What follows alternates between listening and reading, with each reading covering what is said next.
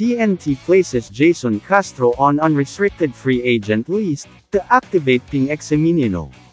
Pansamantalang arrangement lang umano ito, habang nagpapagaling si Jason Castro mula sa knee surgery.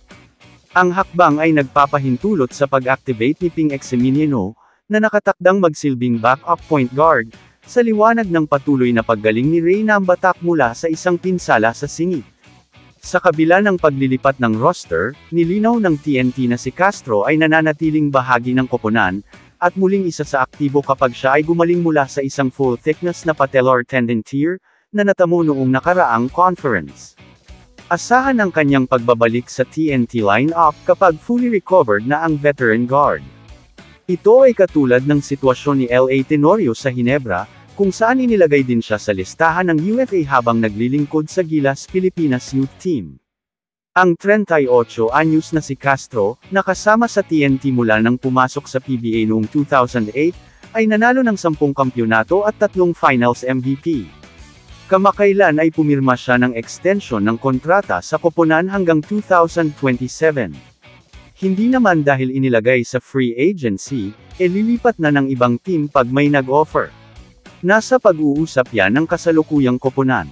Si Jason Castro ng TNT, na ang karera sa basketball ay tinukoy ng kanyang mga nagawa bilang isang tropang 5G, sa loob ng halos 2 dekada, ay nai-relegate ng kanyang koponan sa listahan ng unrestricted free agent. Pero mas mabuting huwag na lang subukan ng mga nagnanais na magpapirma sa kanya.